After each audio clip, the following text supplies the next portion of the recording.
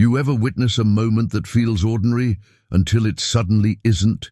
It was just another day at the airport, people rushing to gates, dragging overstuffed suitcases, eyes glued to their phones, kids weaving through crowds like they owned the place. The kind of chaos you stop noticing after a while. But if you were there that morning, you would have seen something different. You would have heard it before you saw it. The sharp click of polished shoes against tile. Steady, purposeful. Not the walk of a man catching a flight, but the walk of a man carrying something heavier than luggage. Dwayne Johnson, 53 years old, stood out. Not because of his build, not even because of the crisp, decorated military uniform that wrapped around his broad shoulders. It was the look in his eyes, calm, focused, heavy. You could tell something mattered here, and it wasn't about miles or boarding passes. Dwayne wasn't just a passenger, he was on a mission that didn't come with glory, but with honor. He had done this kind of escort before, too many times in fact, but this time it was different. The weight on his chest wasn't just the medals he earned in the field.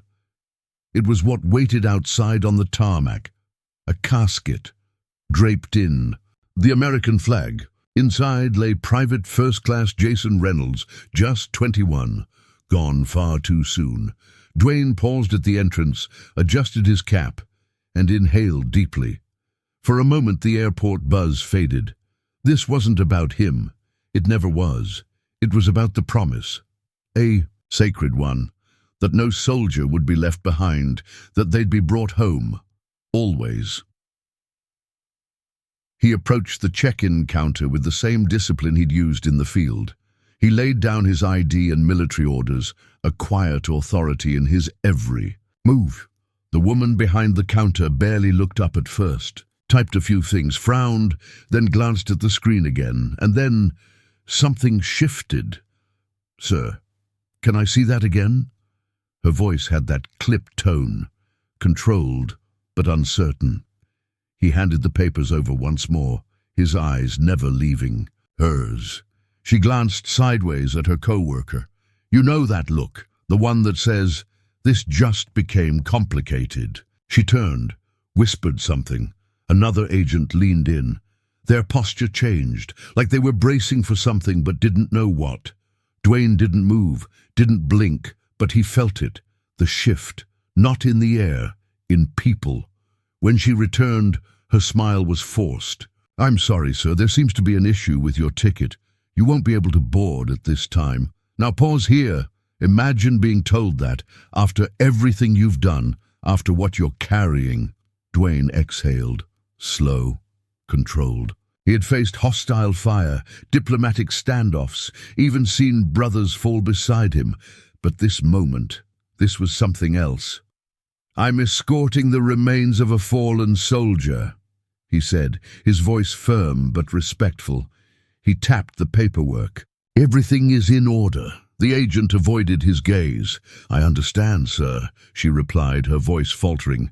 "But there's a security protocol in place. We can't override it." "Security protocol?" Behind him the line was growing. People were shifting, noticing, whispers were starting, but Dwayne didn't move. He didn't raise his voice. Instead, he squared his shoulders. He wasn't here to fight, he was here to fulfill a vow, and he wasn't about to back down, but neither, it seemed, was the airline. The woman behind the counter held that forced corporate smile just a little too long. "There's a security protocol," she repeated, as if saying it twice made it make sense. Dwayne didn't flinch. He didn't blink. He'd heard words like that before, vague, rehearsed, hollow, the kind of words used to cover tracks, not to explain the truth. He kept his voice steady. "Security protocol?" he echoed slowly. "For a military escort?" His tone was polite, but beneath it, steel. "Yes, sir," she said again, her fingers tightening on the edge of the desk. "It's just company policy. Policy." That word hung in the air like smoke after a gunshot. Policy had been used to deny people dignity before. Dwayne knew that history well, but here Today, while he stood in full uniform, carrying out a sacred duty, he didn't move. He just looked her in the eye. His silence said more than 1,000 words could have. Behind him, the line of passengers had begun to notice. First, it was just a few sideways glances. Then the murmurs started. People shifting. People listening. The airline staff noticed it too. You could feel it in the way their voices lowered, the glances they exchanged. The discomfort was spreading like a crack in a pane of glass. One word at a time. Dwayne didn't raise his voice. He didn't make a scene. He simply stood his ground, calm, unshaken. This wasn't ego. This wasn't pride. This was principle. He had every right to be on that plane, and he wasn't leaving without the truth. "Ma'am," he said quietly, "I need to understand the actual issue here. This isn't a personal trip. This is a military assignment. My documentation is valid and complete." The agent hesitated. Her eyes darted to the side. Somewhere behind her, 2 more staff members were whispering, casting quick glances toward Dwayne. Then finally, a man stepped forward from the cluster of employees, a mid-50s supervisor, looking like he hadn't slept well in years. He adjusted his badge and offered the kind of expression corporate folks use when they're about to say something completely useless. "Sir," he said with the politeness of someone trained to avoid lawsuits, "I apologize for the inconvenience." That word again, inconvenience. "But we have certain policies in place and unfortunately we can't override them at this time." There it was again, policy, the magic shield that makes problems disappear until someone refuses to look away. Dwayne inhaled slowly, through his nose, controlled, focused. He dealt with worse than this, far worse. But this was personal. This was the kind of disrespect that didn't need to shout to cut deep. "I've flown military escort before," he said, every word weighted with experience. "I know the procedure, and I know there's no written policy that prevents me from boarding. So let's not dance around it. What's the real reason?" The supervisor shifted, cleared his throat, avoided eye contact. "It's just an extra security measure. Nothing personal, sir. Nothing personal." That was rich. Dwayne clenched his jaw, but not in anger. In discipline, they wanted him to crack, to make a scene, to be the problem. That way they could spin it however they needed to, but he wasn't giving them that story. Not today. The people in line were watching now, fully. Conversations had gone quiet. Someone even lowered their phone from their face, just staring. The energy in the terminal had shifted. What started as routine now felt intense, focused, charged. Then from behind a voice cut through the tension. "Sir, do you have an issue with his military clearance?" Dwayne turned slightly. The voice belonged to a man in his 60s, wearing a worn baseball cap with USMC stitched into it. A Marine. You could hear it in the tone, feel it in the conviction. The supervisor looked uneasy. "No, sir. This isn't about clearance. We just have to follow standard protocol." The Marine scoffed loudly. "I've been through security more times than I can count, and I've never seen protocol stop a soldier from escorting one of our own." He folded his arms and stared the airline staff down. "So, what is it then?" Murmurs grew louder. Phones came out. Record buttons lit up. The air had shifted for good, and the people behind the counter knew it. This wasn't just a policy issue anymore. This was about to become something much bigger. The Marine's words didn't just land. They hit like a drumbeat in the middle of silence. The kind of sound that makes heads turn and postures straighten. "So what is it then?" he asked, arms crossed like a man who'd seen more truth in the dirt of war zones than behind polished airline counters. The staff behind the desk didn't have an answer, not a real one.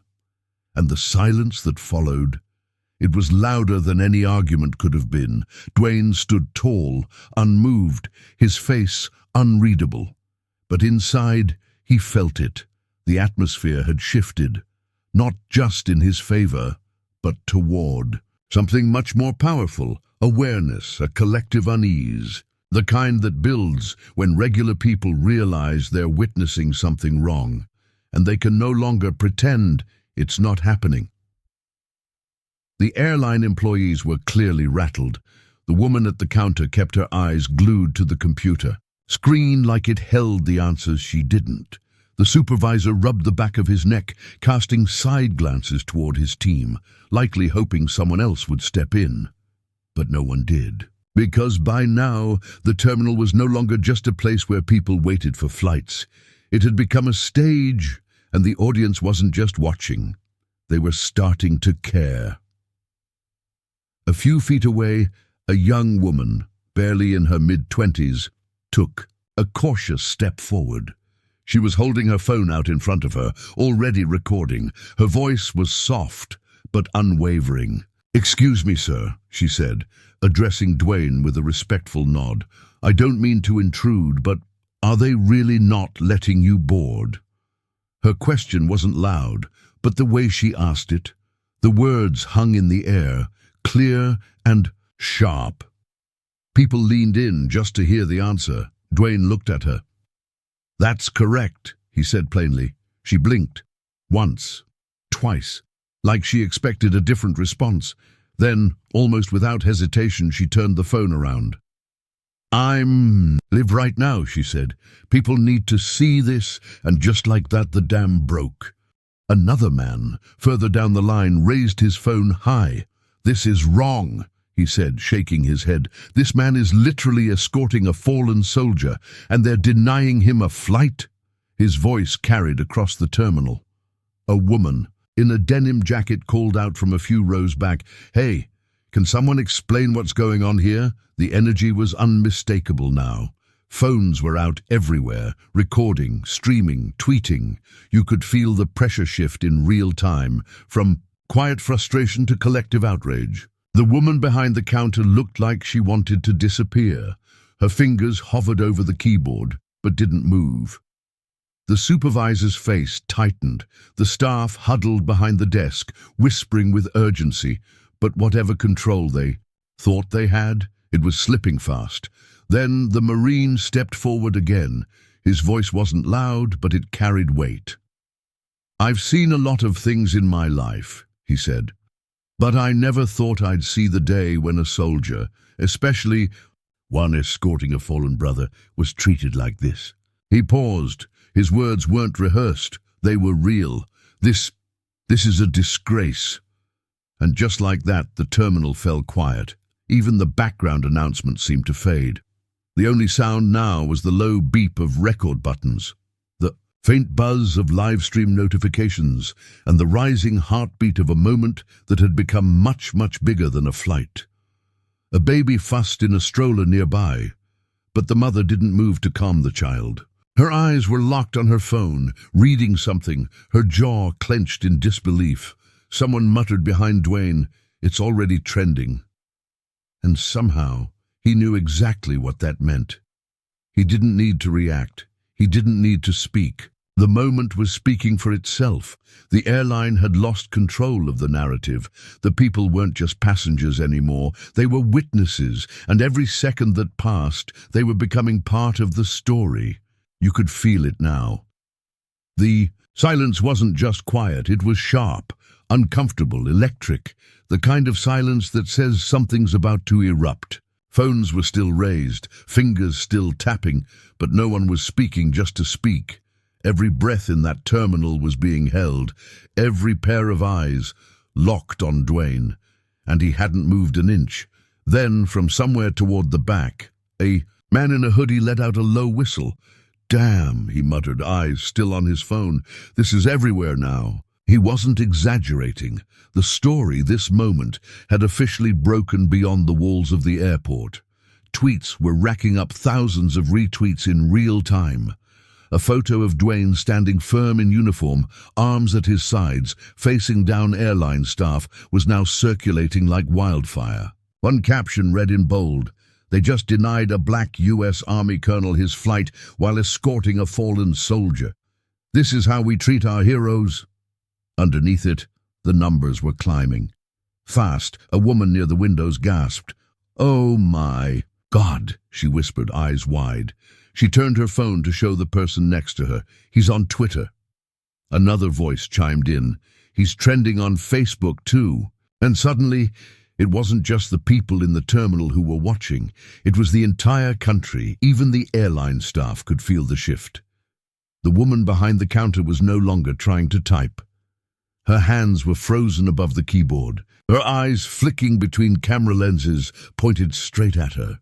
The supervisor had vanished somewhere behind the frosted glass doors, most likely in search of damage control, but it was far too late for that. This wasn't a situation anymore. It was a moment, a symbol. And once something becomes a symbol, you can't control it. Then the Marine, still standing steady like a wall of conviction, took another step forward. He didn't raise his voice. He didn't need to. "This is shameful," he said. "This man's not asking for special treatment. He's fulfilling a duty that most of us couldn't handle for 5 seconds. And this is how we honor him?" No one answered. They couldn't. There was no excuse that would land softly now. Even the airline announcements over the speakers felt distant, like background noise to a scene that had completely changed tone. What was once an airport was now a public reckoning. Everyone knew it. Some people looked uncomfortable, others looked inspired. But no one was looking away. Then someone near the back of the crowd mumbled just loud enough to be heard, "It's already on the news." The words hit like a wave, that quick, that real. Moments later, a young airport security guard in a pressed uniform and earpiece stepped up to the desk, holding out a phone to one of the airline managers who had just rushed in. "You need to see this," the guard said quietly. The manager glanced at the screen, and immediately his face drained of color. He didn't need to say it out loud, but the headline spoke for itself. Bold, capitalized text from a major media outlet: "Airline denies Army Colonel escorting fallen soldier. Public outrage mounts." Underneath it, a clip from someone's phone showed Dwayne standing there, still, calm, proud, refusing to be moved. The rep handed the phone back, lips pressed tight. He took one long breath, like a man realizing he was no longer putting out a fire. He was standing in a raging inferno. Still, Dwayne said nothing. He didn't have to, because now everyone else was saying it for him. The public didn't need to wait for a press release. The truth was already out there, in real time, in full color, with audio and heart and witness after witness willing to speak. And the truth didn't sound like policy. It sounded like justice, finally waking up. Minutes passed. Not long, but long enough for the room to turn heavy with expectation. Dwayne stood exactly where he had from the beginning, still, proud, unmoved. And when the doors finally opened again, it wasn't just the original supervisor who stepped out. This time, he was flanked by someone new, a man in a tailored navy suit, hair perfectly combed, airline badge clipped to his chest like armor. His shoes clicked across the floor like he was walking into a boardroom instead of a battlefield.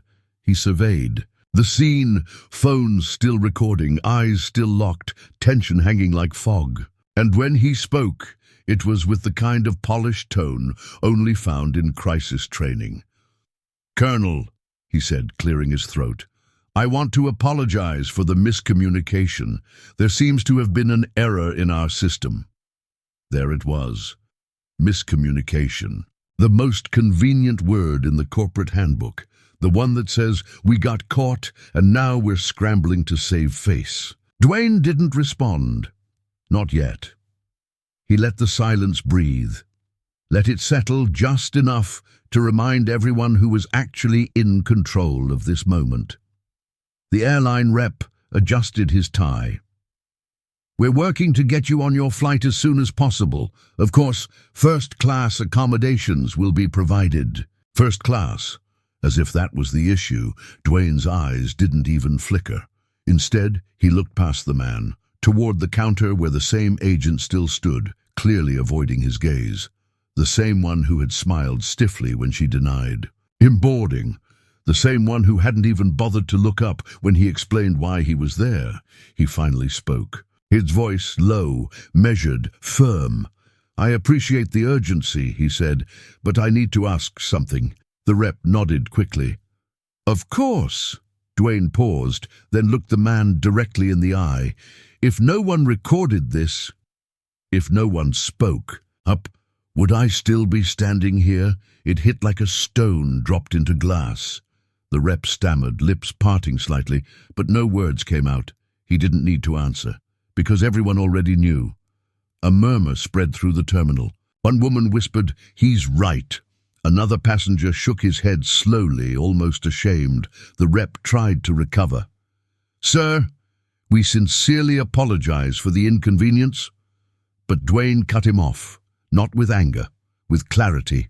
"We both know this isn't about an apology," he said. "It's about accountability."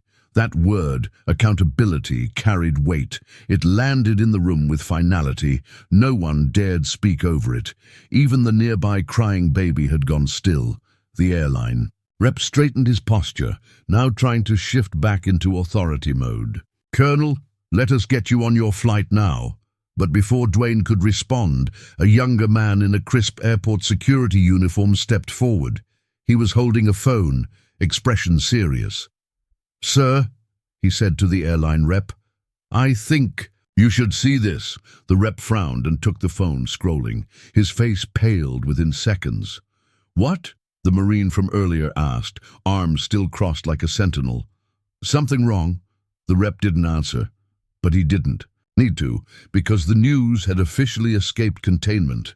A major national outlet had picked up the story. The headline was blunt and unforgiving. "Army Colonel denied flight while escorting fallen soldier. Airline scrambles for answers." Below it played raw footage taken just minutes ago. Dwayne didn't blink. He didn't smile. He didn't celebrate. He simply turned to the rep and said, "The public already knows the truth." The rep swallowed hard.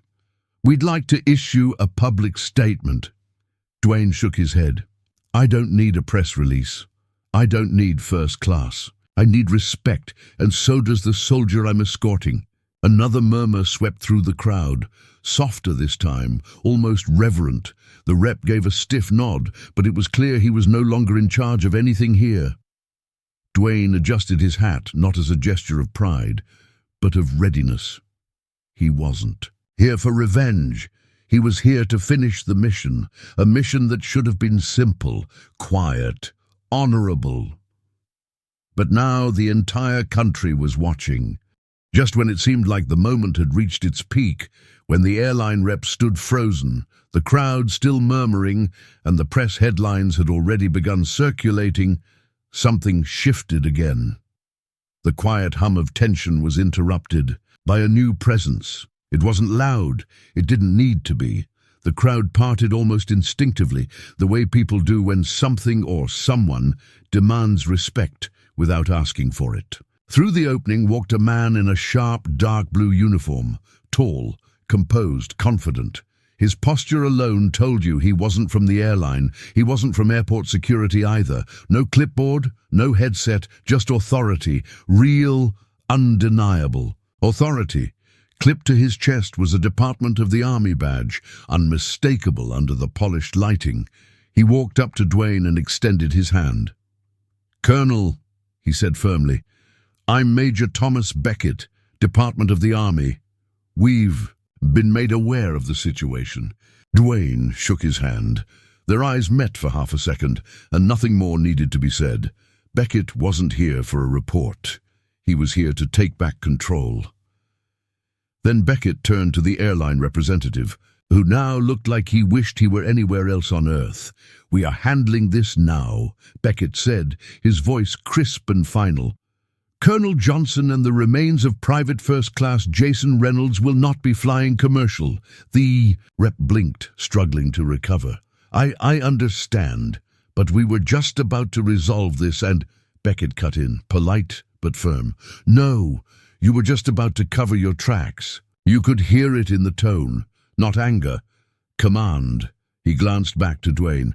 "The Pentagon has arranged for private military transport. Your aircraft is on standby, Colonel." Gasps rippled softly through the terminal. Not loud, but telling. People exchanged glances. Some looked stunned, others looked vindicated. The Marine who had stood by Dwayne's side from the beginning simply grunted in approval. Dwayne gave a single nod, not of surprise but of understanding. This is how the military moves when it decides to act: swift, direct, absolute. He didn't speak right away. Instead, he turned slightly toward the crowd, toward the people who had stood with him, filmed the injustice, asked questions when silence would have been easier, and then back to the Marine, the man who spoke first when no one else did. "Appreciate." "You, brother?" Dwayne said quietly. The Marine tipped his head. "We look out for our own." There was no cheering, no clapping, just a powerful shared silence, the kind that only follows truth. The airline rep opened his mouth, maybe to offer something, another apology, another excuse, but Beckett didn't give him the chance. He turned toward him one last time. "This will be addressed," he said, flatly. It wasn't a warning, it was a promise. Then Dwayne adjusted his cap, not as a gesture of pride, but as a soldier completing the task. He turned and began walking, not toward the gate, not toward any commercial terminal, but toward the mission, toward something greater. Behind him, the crowd didn't cheer. They simply watched. Some lowered their phones, some didn't. But everyone knew something had just happened, something important, and the world wouldn't be able to unsee it. The airline had thought they were handling a policy issue. What they'd really done was wake up the entire country. Dwayne was gone. Escorted out with dignity, mission back on track, the weight of disrespect left behind, but not forgotten. And while he had exited the terminal, the storm he left behind was only just beginning. The airline thought the moment would fade, that the crowd would disperse, the phones would go back into pockets, the footage would get lost in the noise of the internet. They were wrong. The moment didn't fade, it ignited. Within hours, the video was picked up by every major news outlet. Headlines were brutal, relentless. Veteran denied boarding while escorting fallen soldier sat on the front page of national sites. Commentary segments ran on TV. Experts weighed in. Politicians, too. Some called for an investigation. Others demanded immediate reform. One tweet from a congressman simply read, "Unacceptable. Someone answers for this." But it wasn't just political. Veterans organizations across the country released statements, condemning the airline's actions, calling it a betrayal, a disgrace, a slap in the face to every man and woman who had ever worn the uniform. One group launched a petition, another began raising funds for a lawsuit. The anger wasn't surface level, it was personal. It was rooted in something deeper than policy. It was about principle. Then came the financial hit. The airline stock began to slide, not dramatically at first, but noticeably. The hashtag #LetHimFly surged across platforms, trending for 48 hours straight. Influencers picked it up. News anchors couldn't ignore it. Thousands of customers flooded the airline's social media with demands for accountability, threats of boycotts, and stories of their own experiences. This wasn't just about one incident anymore. It had become a symbol of everything people were tired of swallowing quietly. Under pressure, the airline's CEO made a public appearance. Stiff suit, stiff expression, a speech that felt rehearsed, scrubbed, safe. He called it a regrettable misunderstanding. He promised a full review of internal procedures. He announced that the employees involved had been placed on administrative leave pending investigation. But it was too little, too late. The video was still circulating. The live streams had gone viral. The headlines weren't stopping. The people hadn't moved on. They didn't want PR language. They wanted accountability. And above all, they wanted respect for the one thing that should never be politicized or debated: honoring those who serve. Meanwhile, Dwayne didn't post a statement. He didn't go on a podcast. He didn't ask for an interview because he wasn't interested in headlines or airtime. He had already completed his mission. He escorted Private First Class Jason Reynolds home, quietly, fully, with the honor the young man deserved. He stood beside the soldier's family, not in front of cameras, but in the still, painful truth of a final goodbye. He didn't need recognition. What he needed was what he had fought for from the beginning: respect. And now the country had seen for itself how often that respect is conditional, granted only when the cameras are on or the outrage is loud enough. But not this time. This time, the people refused to be silent. A Marine spoke up. A young woman went live. Strangers recorded, passengers questioned, and together they turned a quiet moment of disrespect into something no one could ignore. Because that's the thing about silence. When it protects the powerful, it's complicity. But when it breaks for justice, it becomes a roar. Dwayne didn't need the attention. He didn't chase headlines. He didn't post a single word online. He wasn't looking for applause. All he ever wanted was to finish the mission. And that's exactly what he did. With the backing of the US military and the support of a country that had watched everything unfold in real time, Dwayne completed his duty. He escorted Private First Class Jason Reynolds home. No red carpets, no flashing lights, just silence, honor, and a folded flag. He stood tall beside Jason's family as they received their son for the final time. A young man, just 21 years old, gone far too soon.